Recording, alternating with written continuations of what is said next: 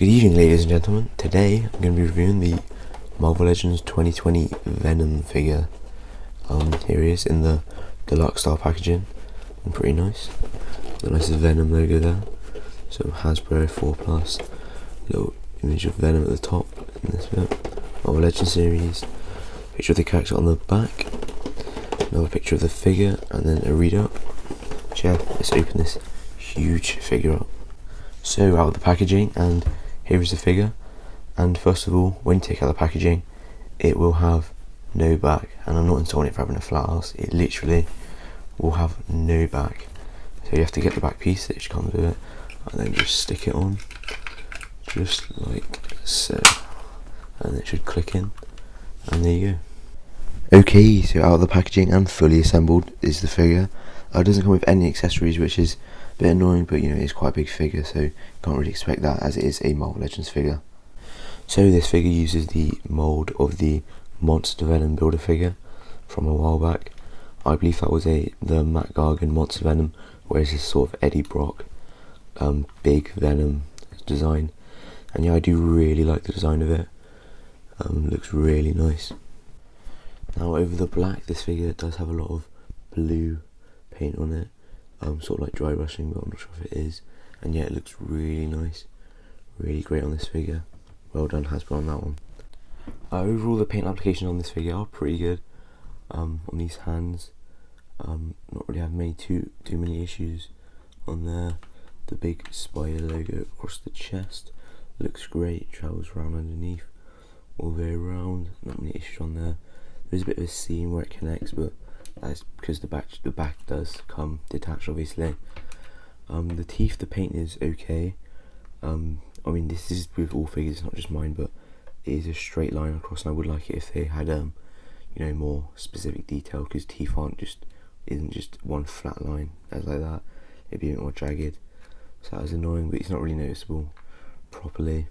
And with the eyes, this is probably just my figure, but there's a bit of blue paint in there and a bit of black paint on there, which is slightly irritating, but it's nothing too big of an issue at all.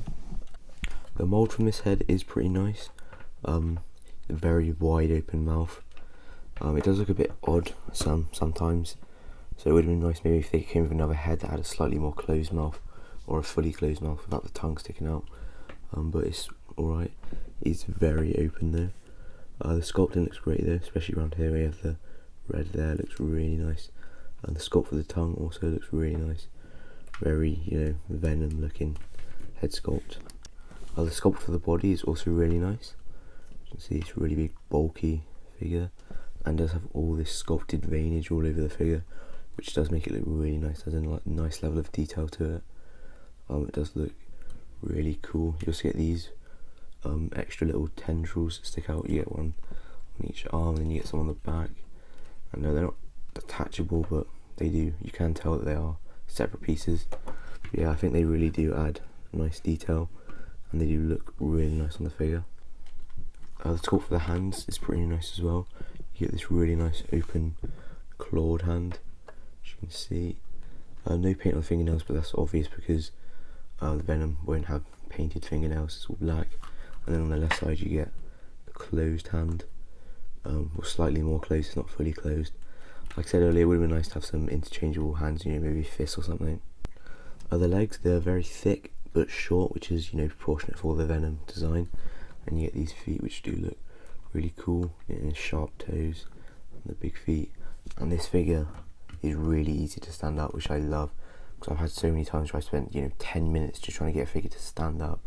And this figure, easy, you know, I can pose it around for ages and then just put it down and it'll stand up, which I really love.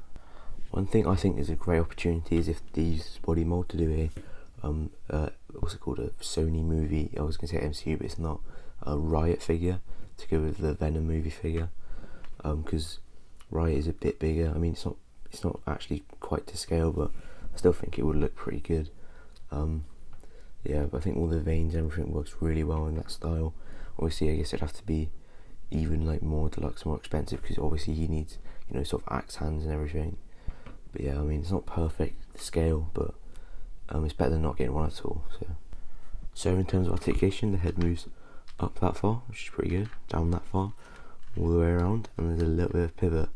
So with the arm articulation, you need to watch out, because I did it with mine, and as you can see, I just get a load of paint chipping. You chew up the plastic quite a lot, so when you're moving it up, be careful, because it does chew quite a lot. You do it like that high with no problems, but any higher and it will chew through the paint. On this side it's a little bit better, but as you can hear, it's still making a bit of noise, probably about that high before you have issues with the paint, so that is a bit annoying. But yeah, you should be able to, if you're just careful, you can kind of stay around it. Yeah, bicep swivel as well. Doesn't go all the way around, because again, the shoulder's quite large, but you know, it's enough. And you get a single jointed arm, but it does bend pretty far, better than that Thanos figure, and then it straightens out fully, almost fully straight. And then you get the hand that moves back that far, forward that far, which is really good. Then of course it swivels.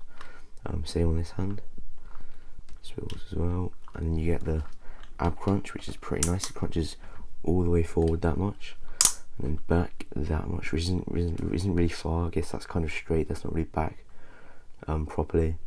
But if you're going to pose your Venom, you will usually be standing like sort of like that instead of straight up. So you can sort of use that as leaning back, and you get the full waist swivel. The legs come out that far, which is pretty good. Kicks forward that far, backwards that far. You get the thigh swivel. Double bend at the knee. It's a bit stiff though. There we go. And then you get this cool boot cut, even though he's not actually got boots, it's just in the middle of there, which is pretty nice. Feet hinge forward that far, backwards that far, and you do get ankle pivot. So I just want to show you, as you can see, this is from where it's all chewed up. You can see the plastic sticking up, and if you look here, there's the pieces on my table, so that is really annoying. Definitely be careful when moving, especially that left shoulder, or his right shoulder. Overall the articulation is pretty decent. Again, that shoulder is really annoying. That's kind of the biggest issue with the articulation, and the rest of it is pretty good. So in terms of getting him on a flight stand, a pretty basic flight stand like this one. I haven't tried it yet, but I can already tell there's not a chance it's going to hold up this massive figure. Let's try and get it on a leg. May as well try it. Yeah, I can't even get it on. Maybe I'll just try with a bigger flight stand, like the one that came with the deluxe Black Widow figure. I don't have that one. This is kind of the only style of flight stand I had. I did have the slightly more robust NECA ones, but they're 15 quid each, and they both snapped on me, so I'm not buying any more of them.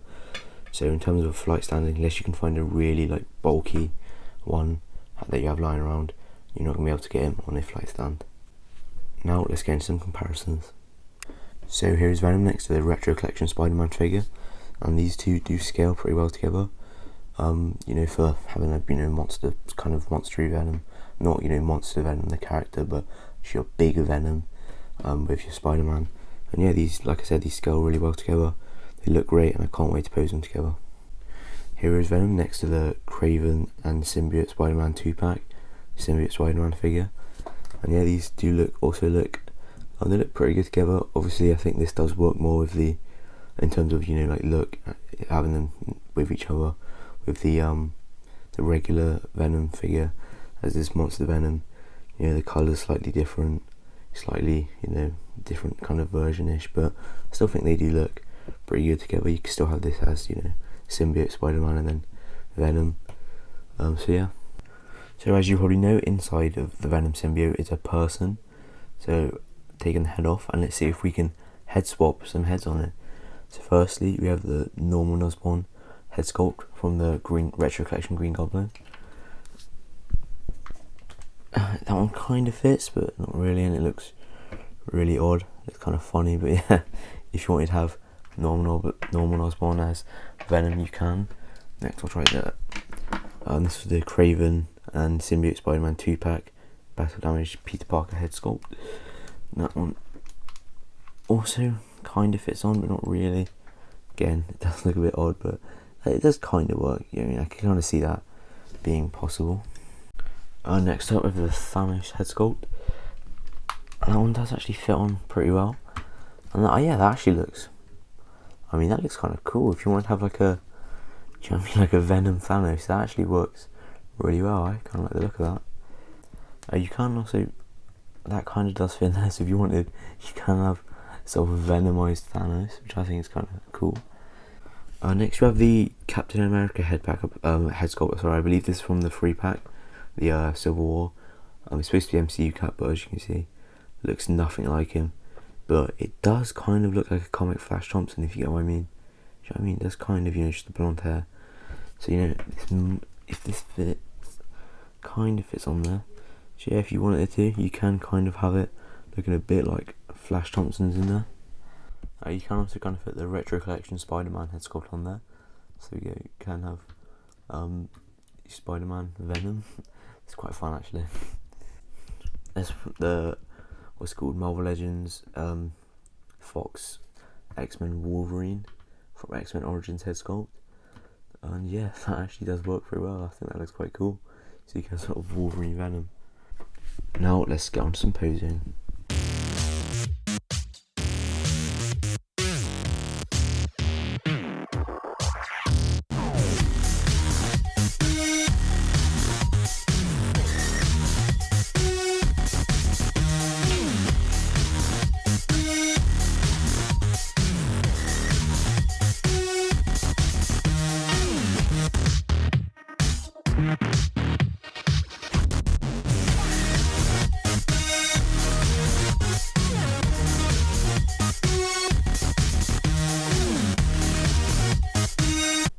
So overall, I'm pretty pleased with this figure.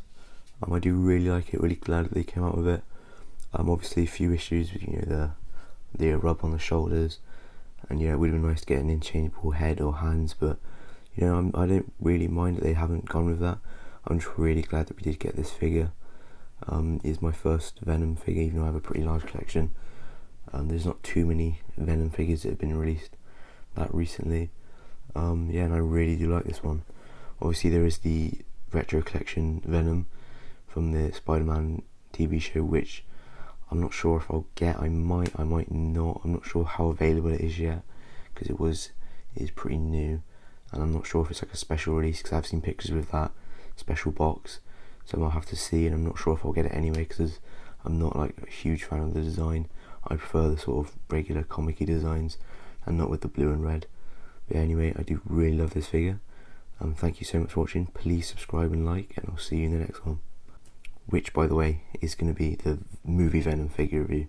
So yeah, probably a lot of you will want to see that one.